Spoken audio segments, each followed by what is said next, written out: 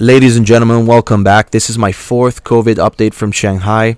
It was supposed to be a 5-day lockdown to allow authorities to truly understand the level of penetration of the Omicron variant in the city of Shanghai.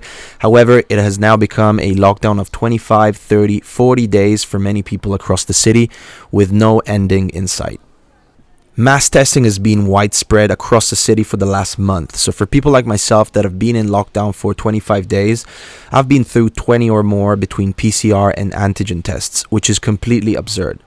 On top of that, we don't understand why, instead of utilizing these resources and manpower to do mass testing at this scale, they didn't utilize these resources to mandate the vaccine or the booster for the elderly and other people at risk. The true vaccination rate in China is quite unclear, but across the population, the latest numbers seem to say that there's a penetration of around 75 to 80%.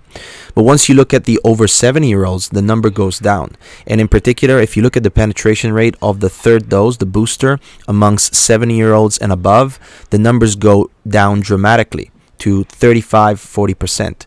So for some reason, instead of mandating the vaccine and protecting people this way, they've decided to barricade people in their homes and continue mass testing and isolate positive cases by sending them away.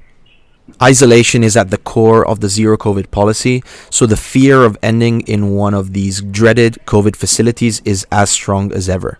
Furthermore, the space available in these COVID facilities is not enough to house all of these positive cases. Therefore, authorities are taking over schools and certain residential buildings, kicking people out and turning them into COVID facilities.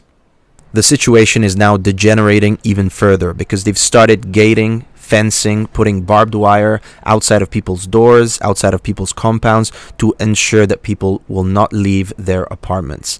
We've seen fencing on the streets, on the sidewalks. Images are truly disheartening. And authorities are now dispatching a growing number of policemen and military across the city. One of the questions that we often get is, can you get out? Can you fly out of China? Well, yes, as a foreigner, you have the right to fly out of Shanghai, fly out of China, but they make it really hard for you to accomplish that. First of all, there are very few flights available, and those that are available regularly get either postponed or cancelled. On top of that, there are a number of other paperworks and guidelines and procedures that you need to abide by in order to make that happen. Furthermore, let's not forget that for many of us, Shanghai is our city. It's our home. It's where many of us have built our lives, our careers. So leaving China with the uncertainty of the next 3, 6, 12 months is easier said than done. To end things on a positive note, I wanted to mention that I have a lot of amazing Chinese friends and colleagues here in Shanghai that I talk about these topics on a regular basis. And we are truly on the same boat.